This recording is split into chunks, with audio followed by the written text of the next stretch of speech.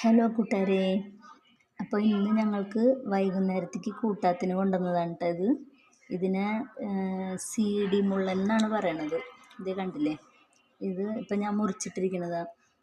വലിയ മുള്ളനായതുകൊണ്ടായിരിക്കും ഇവിടെ പറവൂരൊക്കെ ഇങ്ങോട്ടൊക്കെ പറയണത് സീഡി മുള്ളൻ എന്നാണ് ഇതിന്.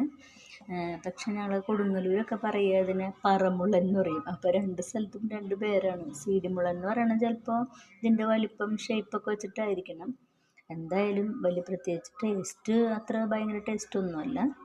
അപ്പം ഞാൻ അതിന് വേണ്ട ഉള്ളിയും ഇഞ്ചിയും പേസ്റ്റ് ആക്കണം.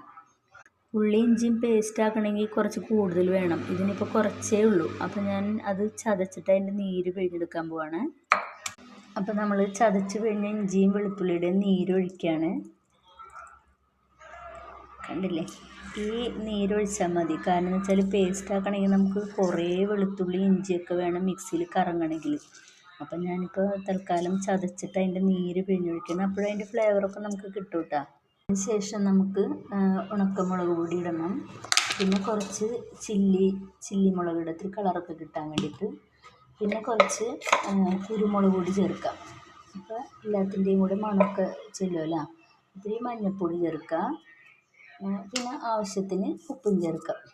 എന്നിട്ട് നല്ലോണം തേച്ച് പിടിപ്പിക്കണം. അപ്പോൾ ഇത് ഞാൻ ആ കൂട്ടൊക്കെ ചേർത്ത് മീൻ പുരട്ടിയൊക്കെ വെച്ചേക്കാണ്. ഇഞ്ചിയുടെയും വെളുത്തുള്ളിയുടെയും നല്ല മണമുണ്ട് കേട്ടോ. ഇത് തിന്നുമ്പോഴും നമുക്ക് അതിൻ്റെ ആ ഒരു മണമൊക്കെ ശരിക്കും നമുക്ക് കിട്ടും. അപ്പോൾ ഇത് ഇനി ഒരു 10-15 മിനിറ്റ് നമുക്കിവിടെ വയ്ക്കണം. ഈ അരപ്പൊക്കെ ഒന്ന് പിടിക്കണമല്ലോ. അപ്പോൾ ഇനി അത് കഴിഞ്ഞിട്ട് വേണം വറക്കാൻ. അപ്പോൾ ഇതിവിടെ ഇരിക്കുമ്പോൾ തന്നെ എനിക്ക് ഒരു ചുമന്ന കളർ ചീര ഞാൻ കഴുകിയൊക്കെ റെഡിയാക്കി വെച്ചേക്കാണ്. അപ്പം ഞാനിതൊന്ന് അരിയട്ടെ. അപ്പോൾ അതേ നമ്മുടെ മീനൊക്കെ മുളകൊക്കെ പിടിച്ച് നല്ല ഉഷാറായിട്ടിരിക്കുകയാണ്. അപ്പം ഞാൻ അവനെ അങ്ങോട്ട് വറക്കാൻ പോവാണ് കേട്ടോ, അല്ലെങ്കിൽ പൊരിക്കാൻ പോവാണേ. പാൻ അടുപ്പത്ത് വെച്ച് വെളിച്ചെണ്ണയൊക്കെ ചൂടായിട്ടുണ്ട്. മീനിടാണ്. മീൻ ഞാൻ 2 പീസാക്കി മുറിച്ചേക്കാണ്. കാരണം വലിയ മീനല്ലേ. അപ്പോൾ അതുകൊണ്ട് 2 കഷ്ണാക്കിയേക്കാം.